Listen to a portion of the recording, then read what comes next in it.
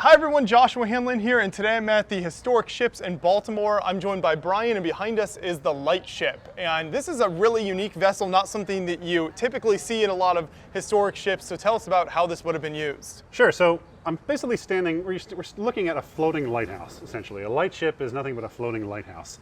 They would use these vessels when they needed a navigational marker somewhere where they couldn't build a lighthouse. And in this case, Lightship Chesapeake was anchored 14 miles off Cape Henry, Virginia, out in the Atlantic Ocean to mark the entrance to the Chesapeake Bay Channel. So now currently today there is a platform, an automated platform that was built there, but when this ship was first put in service, they didn't have the ability to build such a thing. So it was a manned craft that would just sit out on station and act as a floating lighthouse for passing ships to mark the way they needed to go to get home. And the main reason this ship exists is at the top of the aft mast there's a blinking light that illuminates to provide a visual reference to a location on a chart. So when you look at your chart, you can see there's supposed to be a light there. When you look off the bow of your ship and see the light, you can then look at the chart and know where you are. So all we're doing is making sure that light is bright and visible for ships so they know where they are. And what that really means for the ship itself and her crew is that when conditions are such that all the other ships need to use the light to find their way home, we don't come home. We stay on station, because if this hurricane's coming up or a nor'easter or something big coming up like that, we have to be out there so all the other ships can get in. So this one has to be built for to be tough, to have a good endurance and to be tough. So we can see more of that when we go on board. But her main purpose, as I said, is to be a visual marker. So not only the light serves as a marker, but she also has an antenna going between both masts where she'll send out a radio pulse. So we have a radio beacon as well, so if it's foggy and you can't see the light, you have that option. There's a fog bell and a foghorn, a FT2 diaphone foghorn on board that will wake the dead. And then also, just the ship itself is painted red because red directly contrasts with blue. So when you're out on a blue sky and a blue water, this will stick out like a sore thumb, and it's super convenient because it even writes in real big letters right on the side where you are. So you know exactly which lightship you're looking at, Lightship Chesapeake, so you cannot miss it, and it makes it as easy as possible to follow. So it's ironic that it's berthed right next to USS Torsk. So this mission of this sub is to hide and to stay hidden. Chesapeake's is to be as visible and obnoxious as possible so that everyone can see where it is and know where they are. Were lightships common during the era that this was active, or? They were common during they actually do call it the lightship era, okay, where there was a whole class of ships built very similar to this, and there's the era spans quite a long time. The Romans actually first came up with the concept. They had basically a floating barge with a fire tower built on it, and it was just like a big pyre on top. And then after the Romans went away, it didn't come around again until the 18th century with Britain, and its navigational power needed to have navigational markers, so they kind of restarted the lightship concept. And so from basically the 18th century up until the middle 20th century, it went from having big candle lanterns and oil lanterns up there to electric lights and radio beacons. But the concept was around for a couple hundred years, and then eventually was not needed anymore with GPS and automated light stations, and other technology replaced it. But yeah, so they're all at least the lightships of Chesapeake's class are all built very similar, with similar designs, because they had similar functions. So up here on the forward part of the lightship, we're at the bow, we have one of our navigational aids here, our fog bell, which could be used to signal in heavy fog where the ship's imprecise location was, to at least give you a hint that it was nearby. So it's just, again, one of those things where we have our big foghorn, but that's technological, it can break. This doesn't break. So you always keep something simple around just in case you need it. So we have our fog bell, which I don't know if you can really hear that ring, but my hand's not a good clapper. So it's got a nice heavy maritime sound to it. I really like the sound of this bell. And then what I wanted to point out to you here, an interesting thing about this ship that's unique, is this anchor here. Anchors are meant to keep a ship in place temporarily. So when we drop an anchor on the Torsk or any of our ships, we put it down to stay somewhere overnight, and then tomorrow morning we're going to pick the anchor up and leave. So the anchor, while it's meant to keep us in place, is also meant to be removed and come up relatively easily. Not so with this one. This ship goes and sits in place and it doesn't move. Our whole goal is to stay in place. And so this is a special type of anchor called a mushroom anchor, because it looks like a mushroom. And so what it's designed to do is go down on the bottom and slowly get buried with silt and sea bottom to really fill it in there, so that it takes a lot. I'll show you how much it takes to get this thing up. The machine to lift it takes up like a third of the ship. So the idea is that this would bury itself in there, and then we wouldn't have to do a lot of work with our engines to stay on station when heavy seas come around.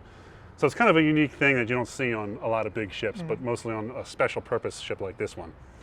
So we'll head aft and we'll go down below.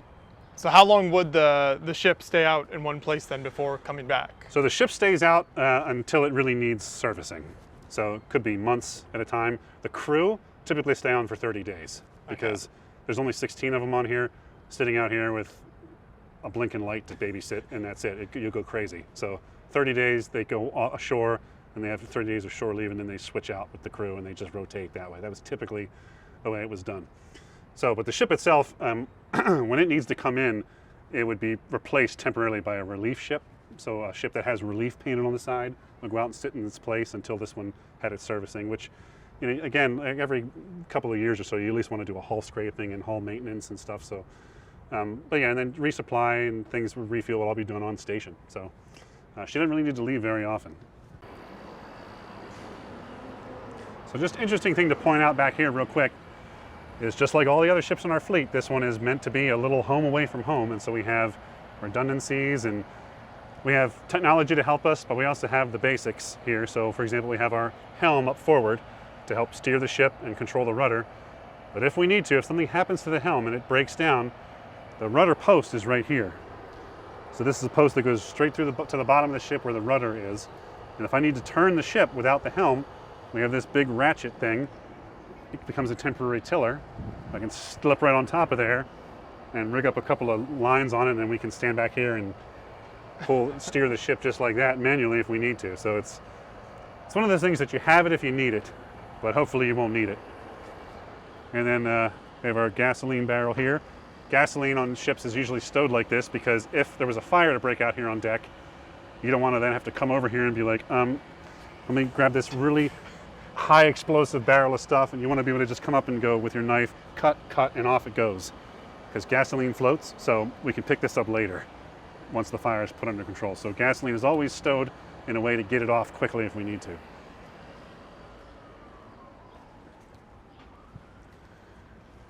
We're going to head right in the aft doghouse here, and this is where our radio room would be, where we could not only communicate for our own needs, but also communicate with incoming and outgoing vessels to indicate if they need to change their course, or if there's any hazards they need to know about, or we could call a pilot out, or any number of things. We can do it from the radio room right up here. It has to be up here because buried inside of a metal ship, you don't get good reception. Attention. To ensure your safety, please turn and face all ladders. Adults should go down ladders before children. So inside the lightship, just like a lighthouse, but it's a ship. So you have living quarters for the crew. The crew's only real job is to make sure that lantern is clean and the light is bright. Everything else is in support of that. So the ship supports the light. The ship needs some maintenance, so we have engine men and people to take care of the ship. But the main goal is that light. So there's not a whole lot of special stuff about the ship other than just basic stuff you'd find on any floating vessel. Engines, hulls, paint, just stuff like that. So this area back here that we're heading into is the officer's wardroom. The lightship was part of the Coast Guard. The Coast Guard itself is actually a result of a merger between the Lighthouse service, the life-saving service, and a couple of other different services that all just merged into one mission, the Coast Guard. And so the Coast Guard ranking system is a little different.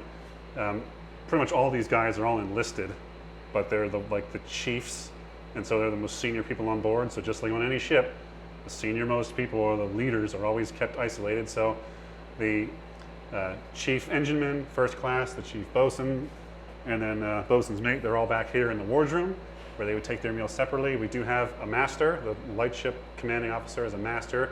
He's usually not a captain. He's usually just like a high-ranking petty officer or even just a low-ranking commissioned officer. Lives in his own stateroom up by the helm. And so everything about this room pretty much looks the way it did in the 1930s, including the original settee, which is back there. That is original to the 1930s era.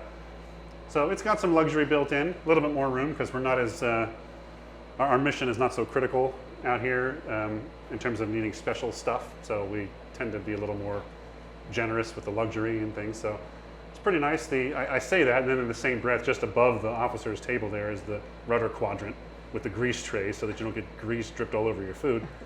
But, you know, it is what it is. So it's just kind of an interesting thing to look at, I think. Yeah. So it's not a civilian vessel, but it's as close as we get in the military to like a civilian style accommodation. So you got plenty of room in your staterooms, and it's air conditioned in here. Those of you watching, you can't feel it, but it's cooler in here than it is outside. So it's kind of nice. Were there any types of weaponry ever added to these types of ships during wartime, or was that never a factor? So good question. I was first going to interrupt you and say no, but then when you said in wartime, I have to change my answer. So during the war, the Coast Guard gets absorbed by the Navy. And so during the war, this ship was commandeered by the Navy, painted battleship gray, and served as a sub-patrol vessel off New Jersey, and I think up at Cape Cod too. I could be wrong about that, but no, it was in New Jersey. Just doing submarine patrols. So they would have weaponry installed for that. And then all ships always have a weapon on board, just because if a crew member gets drunk and gets uppity, you need to have some way to overpower them. So all ships contain small arms, but not the kind of caliber you'd have on like a regular Coast Guard vessel where we're doing any kind of law enforcement or anything like that. So yeah, not really in the way of weaponry, just no gunner's mates or anything like that on board here. We do have a lot of damage control equipment that you'd have, like for example, our 4-foot applicator right here is for, you need to, if that room catches fire, I can hook this up to the fire hose, which is right here, and then instead of having to go in there myself, I can just spray right around the corner using the applicator. So we do have all that standard stuff, but just minus all the war fighting. So we'll head this way. This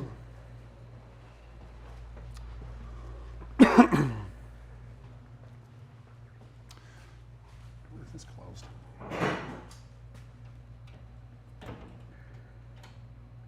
Well, that's bizarre. That's the galley. It's not supposed to be closed. So we're here in the crew's mess. So the ship had a crew of 16 people. About 5 of them were officers, so everybody else would be taking their meals in here. And the ship's galley is right here. And it is a true galley. It is a room on board the ship with stove, and meals are prepped in there and served out here at chow times. And then there is an adjacent space, a parallel space on the opposite side of the ship, just as big as this, that was a recreational space for the crew. So as big as this thing is, there's not a whole lot going on in here. It's mostly just an eating space and a recreational space next door for the crew to use that goes around the central fiddly, which is the engine room areas, and they have some ductwork, and the ducting for the foghorn is all in this space here behind this bulkhead. But yeah, like I said, it's a lighthouse, so everybody's kind of just in here hanging out. The constant complaint that we got when I talked to veterans of this ship is they all bitch about that foghorn, because it is just obnoxiously loud and it goes off every couple of minutes. And the guys are always just saying they would just rattle your eardrums out, like just shaking and shaking. So you'd be sitting down here trying to enjoy the radio or trying to enjoy a meal, just every 2 minutes, getting blasted by this foghorn until the fog went away. So it's just it's so funny. Like visitors come and they ask, like, "Oh, it's a lighthouse. It's so quaint." But lightship veterans come on there like, "You don't have that foghorn on, do you?" Like, it's just, that is like the killer thing for them. So I can only imagine it must have been pretty annoying. So down through here, you can get a good view of our engine room. So just like our submarine, USS Torsk, this is diesel electric. So we are powered by one single electric motor to turn the propeller, which is powered by 4 diesel generators down there in the engine room. The advantage of that is that diesel engines are very fuel efficient, and without having to use more, like in a truck for gas, we can just turn it on or off. So it always uses the same amount of fuel. So it's as efficient as you can get it. So down below here, this area here was the crew's living space up forward. So there's a model of the light tower that replaced us out in the bay. And it was originally manned as well, and then it wound up not being needed, didn't need to be manned. So it's now just automated, but it's still there. The Chesapeake Tower is still out there, and that's what replaced us. This area here was the crew's recreational space. So we have the crew staterooms just all around us here, and then the middle section here where they'd have their dishes and some, at one point up in the corner there, they had a TV because we're only 14 miles off Cape Henry, Virginia, so you're close enough to get TV signals. So this would just be the crew relaxation area. So when you're not on duty, on watch, you'd be down here hanging out just like you would anywhere else. Like I said, they're on for 30 days, then they're off for 30 days. So the good news is you get a long vacation every other month. So helps to break up the monotony a little bit. Right. That said, lightship duty, I'll say it like this. My father was a police officer, and he said being a police officer, he used to tell me, was like 95% sheer boredom and then 10% sheer terror. And I kind of think of that when I think about a lightship duty, because you take a look at some of these pictures here. Lightship conditions could be hazardous. I'll just put it this way. Most of the time, yeah, it was pretty monotonous, but when things got hazardous, they got hazardous. Like hurricanes come up and all the other ships have to go in because it's too dangerous, but you got to stay out here. So you got to be able to withstand that kind of force. We had a nor'easter come through in 1933 that broke the anchor chain, and it broke 2 anchor chains actually, because it was so powerful. It broke 2 of our anchor chains, and they had to put the engines in full and desperately try to stay on station through that. So somebody was basically up there all night trying to keep the ship on station. I have a great picture of a winter blizzard where this poor guy's just sitting out on deck, just like near the light, trying to wipe one of the lights off, and he's just like, you can just see the icicles forming on him, just freezing. This picture here is not of us. This is of the Lightship 117. This is Lightship 116. Lightship 117 in Nantucket was up off Nantucket Island, and that ship should look familiar to you because it had a very famous sister ship. That is the SS Olympic, which was a sister ship to the Titanic. One of the ways a lightship functions is you see the light and it's marking your channel. So it's a good idea when you're 14, 15 miles away to just head for the light. That way you know you're going to get right into the channel where you need to be and continue on your way. Well, Titanic spotted an iceberg and had a tough time trying to avoid it because it was such a massive ship. Olympic spotted Lightship 117 and had a tough time trying to avoid it because it was such a big ship.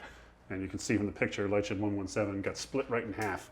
Wow. And like 7 of the crew members drowned, and the White Star Line compensated us by buying us a new lightship. So, yeah, it could be hazardous. I mean, several guys died in that incident, and you can see a couple of pictures of other ships that collisions happen all the time because it's dark, it's foggy, you're right in the middle of the channel marking it, and you get hit. So it could be very hazardous to serve on a lightship, particularly in hazardous conditions. So at the same time I talk about how monotonous it was, like here they have to spend time doing chores so they don't go crazy, and then other times you're just like in fear for your life. So it does things to you, I have to imagine. So I don't mean to downplay it at all. It just like everything else took a certain kind of person to be able to handle it. And yeah, I like to joke in this image, I like to tell visitors, like, what's the most important thing coming aboard in this picture here? It's right there. You want to zoom in on me right there? So, yeah, but you asked earlier how they get resupplied. They just come out on boats and bring new supplies. We're not that far offshore. So, yeah, that's how it would work. And they did this all the way up until basically 1970 or so. She went from marking the Chesapeake Bay to Fenwick Island, which is just near, it's off the Delaware coast between Ocean City, Maryland and Delaware. Did that for a few more years and then it was retired because the lightship era was over and we had the technology now to do it much more efficiently and much less dangerously. So lightships kind of had their sunset and now it just sits here as a museum talking about what it used to take. And you know, we're in Baltimore, we're proud of our maritime tradition, so we like to keep it alive and show people what it took to build this port. So. Yeah, and I think it's also neat here at the historic ships because it captures a very different element from like the submarine or the Constellation like warship idea, and so you're kind of giving a more rounded picture of various types of vessels and life at sea. Yeah, I mean, yeah, there's a good variety that we have here, and the interesting thing about it is with that variety, you can also see the similarities. Like I mean, even here, the crew is separated by rank, so it's like that on all vessels. So it's just no matter what the vessel's doing, there's some things that are just the same everywhere.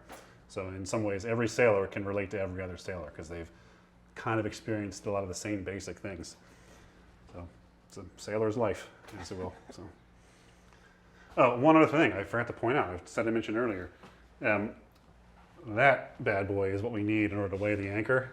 That is just a humongous windlass. I don't even know if you can get a good perspective of it on that camera. It's taking up basically a quarter of the entire ship. Very large room that's in. Yeah, and it just requires that much gearing to get that thing off the bottom. So yeah, when I say that nor'easter broke the chain, that was significant. Like it's hard to break that thing. So as a matter of fact, here's a good image of what can happen. That's our anchor chain getting tied up in a knot in 1938. So there's some good examples in some of these shots of like just heavy seas you have to deal with, just cresting over the side, and you basically just hunker down in here. It's like just please stay floating. Like, so yeah, see, I hit that all the time. Yes. Yeah, we also just interestingly enough too, the type of lens we have up there is a Fresnel lens. It's a special type of lens. It looks kind of like this. And if you come around, you can kind of see like how the prisms are designed. This is a replica, but it's designed so that every beam of light, directional beam of light, gets redirected straight out. So each of these has a slightly different angle to them, so that as light beams coming down get cycled out, so the same wattage can be multiplied several times fold to get all the light out straight out, instead of losing most of it up to the top and up to the bottom. It's all directed out, so it gets you maximum brightness. And so each one of these had to be manually cleaned with a rag like every day, because especially in the old oil lamps, they would have soot buildup. So like every day somebody's scaling that 70-foot mast and scrubbing this thing. So we'll go up into the pilot house, which is directly above us here. Directly past the master's stateroom. So the commanding officer is berthed just behind or just aft of the pilot house. That way he's right here if anything happens.